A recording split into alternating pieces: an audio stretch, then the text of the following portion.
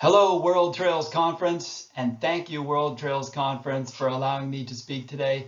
My name is Steve Myers. I'm the founder and director of Great Plains Trail Alliance, and I'm here today to tell you a little bit about the Great Plains and about a long trail running through it called the Great Plains Trail. What's the Great Plains? It's a huge area of grass, covering as much as 12% of the North American continent. Interestingly, and I'm talking to Europeans here, there's no real equivalent in Europe.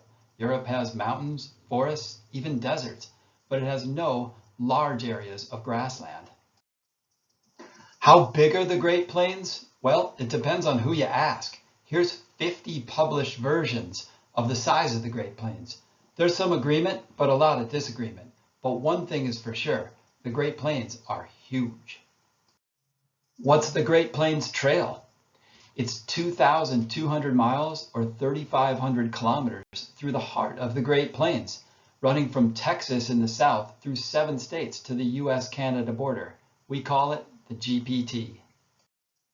Let's take a closer look going from south to north. This is Guadalupe Mountains National Park in Texas. We're at the top of Guadalupe Peak, which is the highest point in Texas at 2,700 meters high. The trail continues north from here.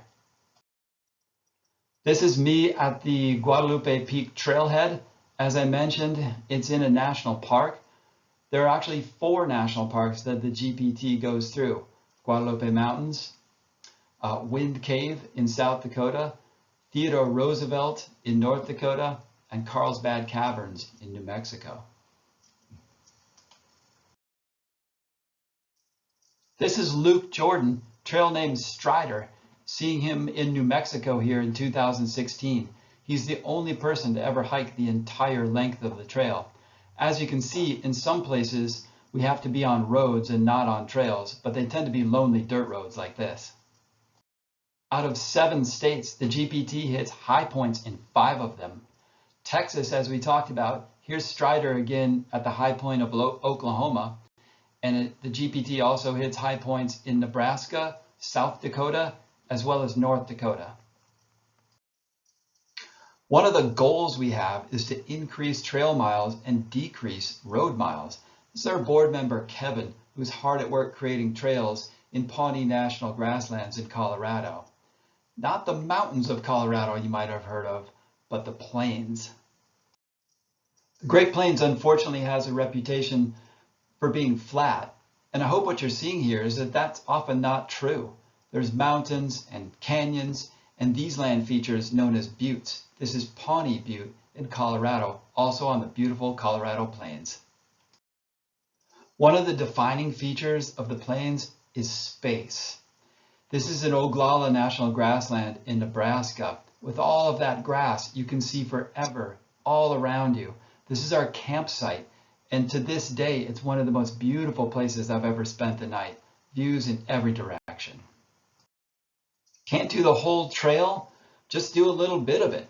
This is a guided hike that we did about 4 miles in Toadstool Geologic Park, which is an area with sweeping views and some really interesting geologic features, rock features. We spent a beautiful day there at the park. The Black Hills is an island of forest in a sea of grass. It's an area of low mountains in South Dakota that's rich in wildlife as well. And yes, it includes the North American bison, which used to roam the plains in tens of millions. The Great Plains Trail is long and often goes into remote areas far from towns. It can be really challenging to do the whole thing. We do have a shorter section, which we call the Pilot Trail, which gets you a chance to see, it's about 600 kilometers, gets you a chance to see some really cool stuff, but it's a little bit easier to navigate. Nearing the northern end of the trail, this is Theodore Roosevelt National Park in North Dakota. It's an area of buttes and badlands and also bison. There's a nice herd there, and if you go there, I guarantee you will see some big bison. Here's Strider one more time, all the way at the northern terminus of the trail. He started in Texas and finished here at the US-Canada border. He did all 3,500 kilometers in just 90 days. The group I founded is called Great Plains Trail Alliance. We're a nonprofit started in 2012. We have the mission to create this trail as well as to get people out to enjoy and recreate the plains and see the beauty. It's an often overlooked area, but we know that it's very worthy of having a long distance trail running through it. We're a small group of just 6 people. Here's 3 of us right here. Even though we're small, we've managed to accomplish quite a lot that we're proud of, including articles in National Geographic and Backpacker magazine as well.